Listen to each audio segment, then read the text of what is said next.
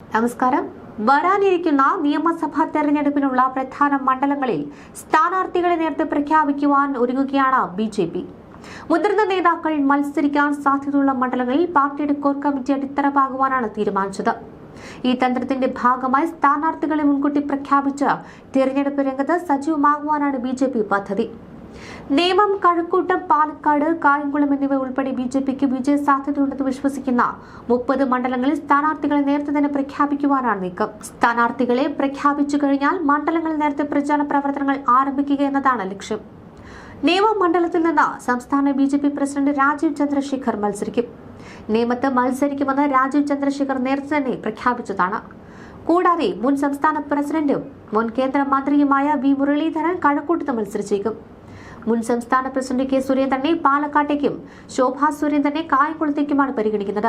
കഴിഞ്ഞ ലോക്സഭാ തെരഞ്ഞെടുപ്പിൽ ആലപ്പുഴയിൽ നിന്ന് മത്സരിച്ച ശോഭാ സുരേന്ദ്രൻ കായംകുളം മണ്ഡലത്തിൽ മുൻനിരയിൽ ഉയർന്നു വന്നിരുന്നു. പാലക്കാട്ടും ബി.ജെ.പിക്ക് ശക്തമായ സാന്നിധ്യമാണുള്ളത്.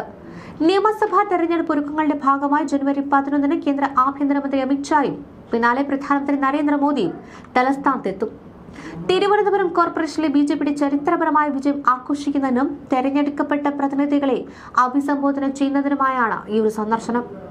തിരുവനന്തപുരത്ത് നടക്കുന്ന വലിയ പൊതുയോഗത്തിൽ പ്രധാനമന്ത്രി നരേന്ദ്രമോദിയുടെ കേരള സന്ദർശന തീയതി അമിത്ഷാ ഔദ്യോഗികമായി പ്രഖ്യാപിക്കും.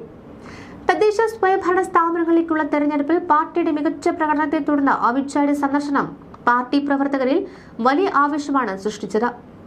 ജനുവരി 12 ബി.ജെ.പിയുടെ ഔദ്യോഗിക തെരഞ്ഞെടുപ്പ് പ്രചാരണം ആരംഭിക്കും. തദ്ദേശ സ്വയംഭരണ സ്ഥാപനങ്ങളിലേക്കുള്ള തെരഞ്ഞെടുപ്പിലെ വോട്ട് വിഹിതത്തിലെ കുറവ് ബി.ജെ.പിയെ സമ്മർദ്ദത്തിലാക്കിയിട്ടുണ്ട്. എങ്കിലും പരമാവധി സീറ്റുകൾ നേടുക എന്നതാണ് പാർട്ടി ലക്ഷ്യം. അതേസമയം നഗരസഭാ ഭരണം പിടിച്ചെടുത്ത് ശ്രദ്ധ നേടിയെങ്കിലും തൃപ്പൂണിത്തറയിൽ ബി.ജെ.പിക്ക് വലിയ പ്രതിസന്ധിയായി മാറുകയാണ് യു.ഡി.എഫും എൽ.ഡി.എഫും ഒറ്റക്കെട്ടായുള്ള തന്ത്രം. സ്റ്റാൻഡിംഗ് കമ്മിറ്റി തെരഞ്ഞെടുപ്പിൽ എൽ.ഡി.എഫും യു.ഡി.എഫും കൈകോർത്തതോടെ ബി.ജെ.പി. ഭരണസമിതിക്ക് വൻ തിരിച്ചടിയാണ് നേരിട്ടത്. നിർണായകമായ 6 സ്റ്റാൻഡിംഗ് കമ്മിറ്റികളിൽ 5ഉം എൽ.ഡി.എഫ്, യു.ഡി.എഫ് കൂട്ടുകെട്ട് പിടിച്ചെടുത്തു. വികസനം, ക്ഷേമം, വിദ്യാഭ്യാസം എന്നീ സ്റ്റാൻഡിംഗ് കമ്മിറ്റികൾ എൽ.ഡി.എഫിന് ലഭിച്ചപ്പോൾ പൊതുമരാമത്ത്, ആരോഗ്യം എന്നീ കമ്മിറ്റികൾ യു.ഡി.എഫ് സ്വന്തമാക്കി. ബി.ജെ.പിക്ക് ലഭിച്ചത് ധനകാര്യ സ്റ്റാൻഡിംഗ് കമ്മിറ്റി മാത്രമാണ്.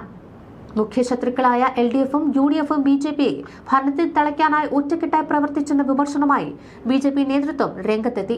ജനവിധിയെ ഇരു മുന്നണികളും ചേർന്ന് അവഹേളിക്കുകയാണെന്നും ജനാധിപത്യ വിരുദ്ധമായ നീക്കമാണിതെന്നും ബി.ജെ.പി. പ്രതികരിച്ചു.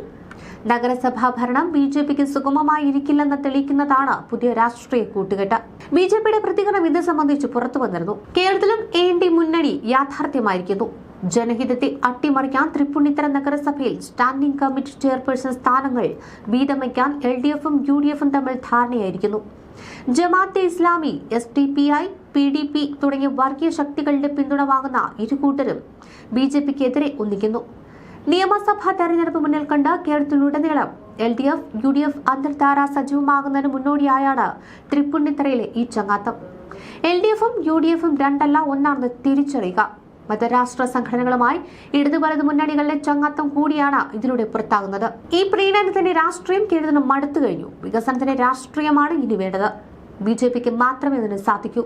വികസിത കേരളം യാഥാർത്ഥ്യമാക്കാൻ ബി.ജെ.പിക്കൊപ്പം അണിചേരാമെന്നായിരുന്നു പ്രതികരണം.